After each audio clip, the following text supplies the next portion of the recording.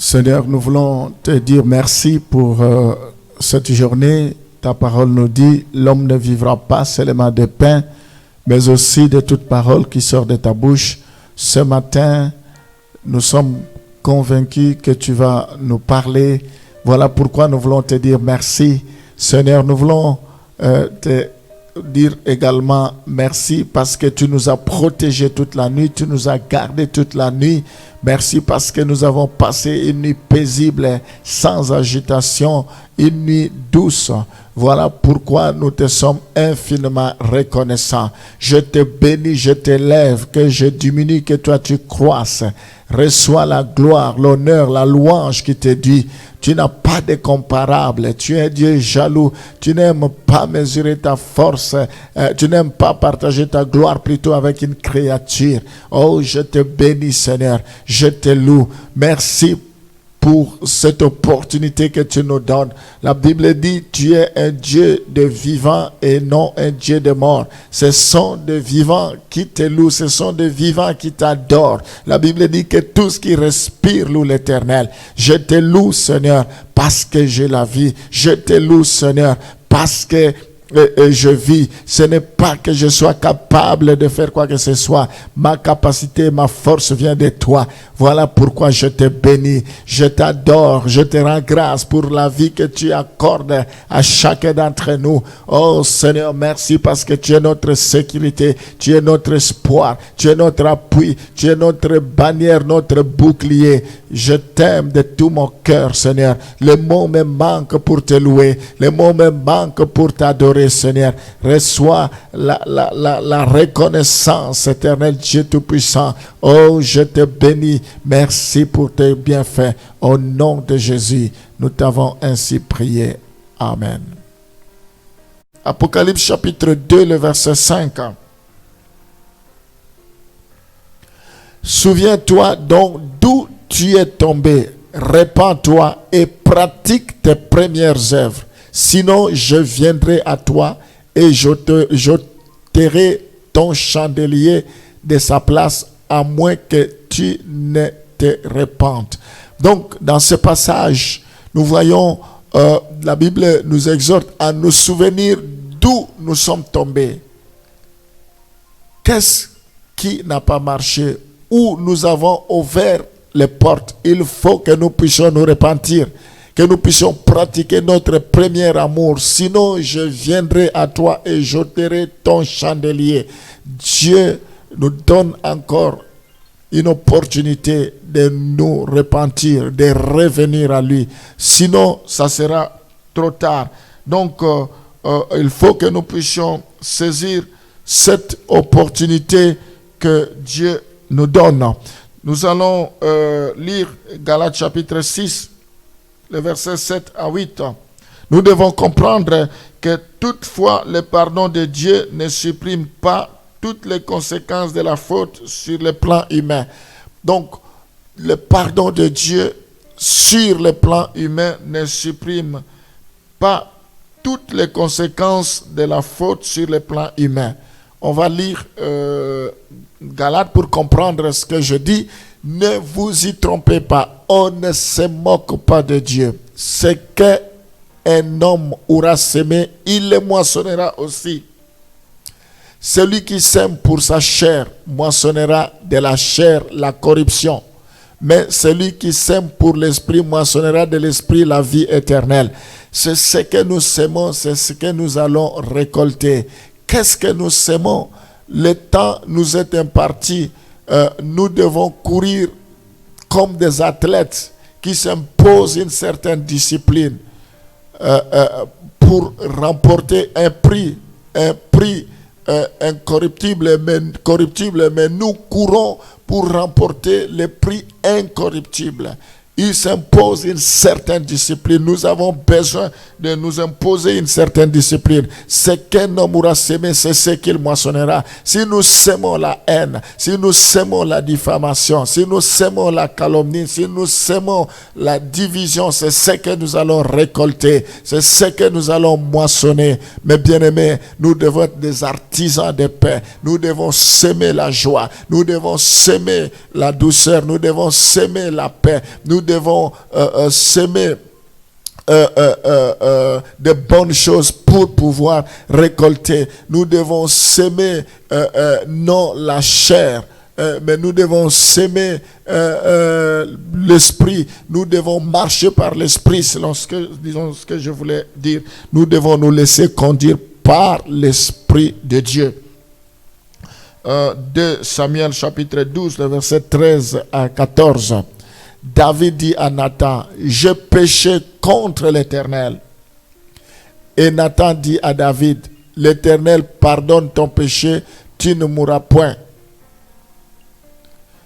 Mais parce que tu as fait blasphémer les ennemis de l'Éternel en commettant cette action, le fils qui t'est né mourra. Nous voyons ici, c'est ce que je disais, tout le pardon de Dieu ne supprime pas toutes les conséquences de la faute sur le plan humain. Nous voyons ici, David, il a péché, il a reconnu son péché, il a demandé pardon. Dieu lui a pardonné, mais Dieu a permis que son fils puisse mourir. Donc, nous devons faire attention par rapport au péché. C'est ça qui peut être à la base des problèmes qui peuvent nous arriver, des difficultés qui peuvent nous arriver, parce que nous ne sommes pas sincères devant le Seigneur, parce que nous trompons Dieu, parce que nous ne sommes pas intègres, parce que nous ne sommes pas honnêtes, parce que nous ne marchons pas dans la crainte, dans la sanctification, dans la justification. Alléluia. Seigneur Jésus, ta parole est là pour nous enseigner, pour nous corriger, pour nous instruire. Nous avons vu combien Saoul, à cause de son impatience, il s'est laissé influencer par le peuple. Il a fait le contraire de ce que le prophète lui avait dit d'attendre le 7e jour. Mais il a fait les choses dans la précipitation. Oh, la patience, ça fait partie des fruits de l'esprit. La patience, la douceur, la maîtrise de soi, la fidélité, la tempérance. Nous avons besoin de ces choses. Comble-nous de tes fruits de l'Esprit, Seigneur. Oh, je viens prier pour que tu éloignes loin de nous tout esprit d'impatience. Nous ne voulons pas faire les choses selon la volonté des hommes ou selon la volonté de qui que ce soit. Mais nous voulons faire toutes choses selon ta volonté, Seigneur. Oh, apprends-nous à compter tes jours. Nous ne voulons pas agir avant le temps ou après le temps, mais nous voulons agir au moment opportun. Seigneur, conduis-nous, dirige-nous. Je prie pour que toi, tu puisses nous épargner de l'occultisme. Comme Saoul a pratiqué l'occultisme, il a invoqué les morts et il a trouvé la mort parce que c'était l'idolâtrie. Seigneur, je prie pour que tu puisses nous pardonner. La Bible dit, si nous confessons nos péchés, tu es juste et fidèle pour nous pardonner. Je viens demander pardon, Seigneur, à cause de mes péchés. Je te demande pardon à cause des péchés de ton peuple. Tous ceux qui sont aveuglés, qui vivent dans l'occultisme, tous ceux qui pratiquent l'horoscope, tous ceux qui pratiquent la voyance, le maraboutage, tous ceux qui consultent les horoscopes, que les magiciens. Pardonne, Éternel, délivre-nous de toutes ces choses. La Bible dit, quel rapport y a-t-il entre Christ et Bélial, entre Dieu et Satan, entre la lumière et les ténèbres? Oh Seigneur, fais-nous grâce. La Bible dit, si vous confessez vos péchés, je suis juste et fidèle pour vous pardonner. Je viens demander pardon pour ton peuple. Je viens demander pardon pour tous ceux qui sont égarés. Je viens implorer ta miséricorde, qu'ils reviennent à la raison, qu'ils reviennent sur ton droit chemin, Seigneur. Fais-les grâces. Tu dis, même si vos péchés sont devenus noirs comme la cramoisie, je vais rendre cela plus blanc comme la neige. Oh Seigneur, la Bible dit, ce qu'un homme aura sémé, c'est ce qu'il moissonnera. Oui, Seigneur, je prie pour que nous sémions de bonnes choses et non de mauvaises choses, de peur que cela puisse nous retrouver. Oh Seigneur, je viens prier pour implorer ta grâce. Je prie, Seigneur, pour que nous puissions plus plus commettre des erreurs, pour que nous ne puissions plus, Seigneur, vivre dans le péché, tout en ayant l'impression que toi, tu ne vois pas, car toi, tu vois partout. Fais-nous grâce éternelle. Oh Seigneur, merci pour toutes ces révélations. Merci pour ta parole. Je prie pour que tu puisses protéger chacun de tes enfants. Protège nos familles. Que les actes que nous posons, qui sont bonnes, que cela puisse influencer nos vies, puisse influencer la vie de nos enfants. Que cela porte la bénédiction,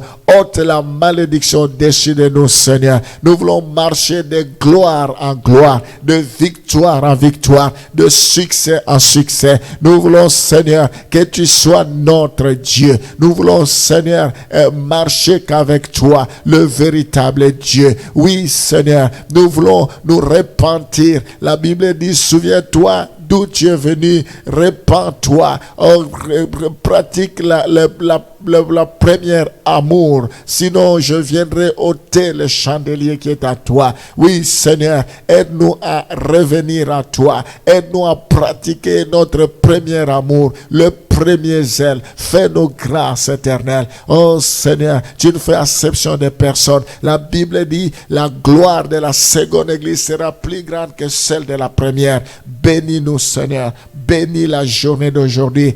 Nous voulons un nouveau départ. Nous voulons une nouvelle saison. Nous voulons, Seigneur, oh Père, aller dans les eaux profondes avec toi. Conduis-nous, dirige-nous, sois béni à jamais. Au nom de Jésus, nous t'avons ainsi prié. Amen.